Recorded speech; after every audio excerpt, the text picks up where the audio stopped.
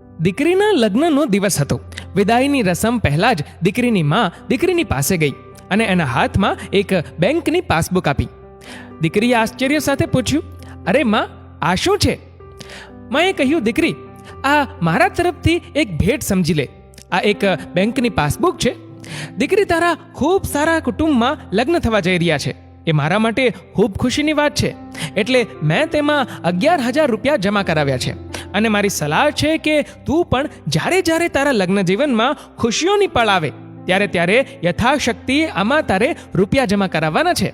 અને ત્યાર પછી પાસબુકની પ્રિન્ટ કરાવવાની છે અને બાજુમાં લખવાનું છે કે કઈ ખુશીના લીધે તે આમાં પૈસા જમા કરાવ્યા છે.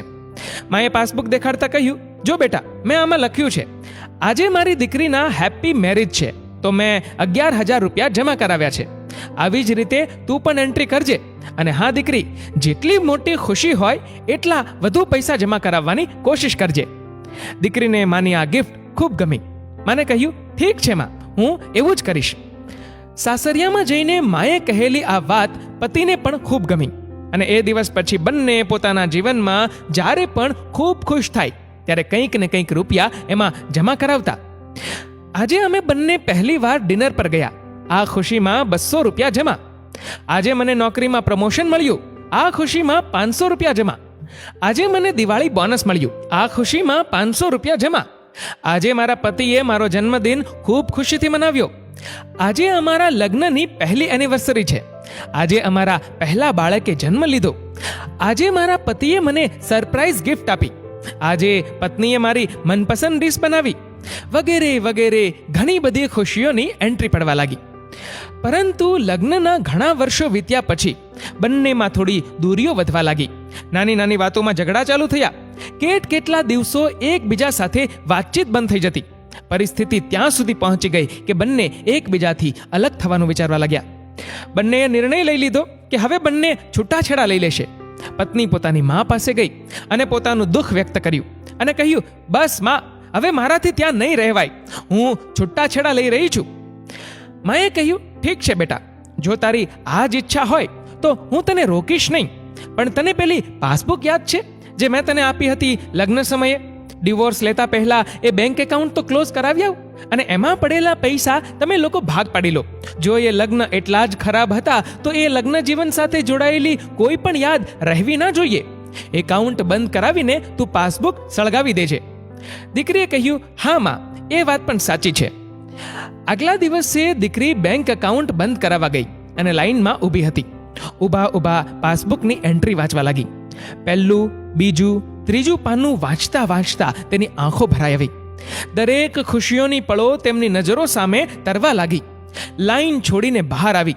ઘરે આવીને પતિને કહ્યું, ડિવોર્સ લેતા પહેલા આપણે આ એકાઉન્ટ બંધ કરાવી દેવું જોઈએ. મારાથી તો આ ન થઈ શક્યું. જો તમારાથી થઈ શકે તો કાલે બંધ કરાવી આવજો. પતિએ કહ્યું, ઠીક છે. બીજા દિવસે પતિ લાઈનમાં ઊભો રહી ગયો. એણે પણ પાસબુકની એન્ટ્રીઓ વાંચી. એકથી એક ખુશીઓના પળ એની આંખ સમા થયા.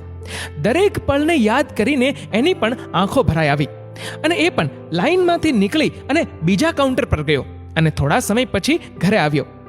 ઘરે આવીને પત્નીના હાથમાં પાસબુકનું આખરી પન્નું ખોલીને આપ્યું.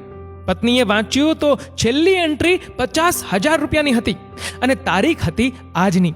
અને એન્ટ્રીની બાજુમાં લખ્યું હતું, આજે મને અહેસાસ થયો કે જેને હું જિંદગીમાં સૌથી વધારે પ્રેમ કરતો હતો એને હું છોડવા જઈ રહ્યો હતો. મને સમયસર સમજણ પડી અને હું એ નિર્ણય લેતા બચી ગયો. એની ખુશીમાં 50,000 રૂપિયા જમા. બંનેની આંખો ભરાઈ આવી. એકબીજાને ગળે લાગીને બંને ખૂબ રોયા અને બંનેએ નક્કી કર્યું કે હવેથી નાની નાની વાતોમાં ક્યારેય લડીશું નહીં. મિત્રો, લગ્ન જીવન જેટલું સુંદર છે એટલું જ અઘરું પણ. એને નિભાવવું એટલું આસાન નથી. આ સંબંધમાં ક્યારેક અનબન થઈ શકે, પરંતુ એકબીજાને સમજવામાં આવે તો ગમે તેવી સંબંધમાં ફૂટ પડે તો પણ આ સંબંધને અડીખમ ટકાવી શકાય. સંબંધના ખુશીઓના પળોને સેવ કરો અને દુઃખને ડિલીટ કરો તો જ આ સંબંધ મધુર બનશે. તમારો આ વિડીયો વિશે શું કહેવું છે નીચે કમેન્ટ કરીને જરૂરથી જણાવજો. અને મિત્રો, જો વિડીયો ગમ્યો હોય તો વિડીયોને લાઈક કરજો, વધુમાં વધુ લોકો સાથે શેર કરજો અને આવા જ બીજા પ્રેરણાદાયી વિડીયોઝ જોવા માટે સબસ્ક્રાઇબ કરો ધ ગુજ્જુ મોટિવેશન નામની અમારી યુટ્યુબ ચેનલને અને ફેસબુક પર ફોલો કરો અમારા the Gujju and Hindi motivation નામના પેજને. ધન્યવાદ.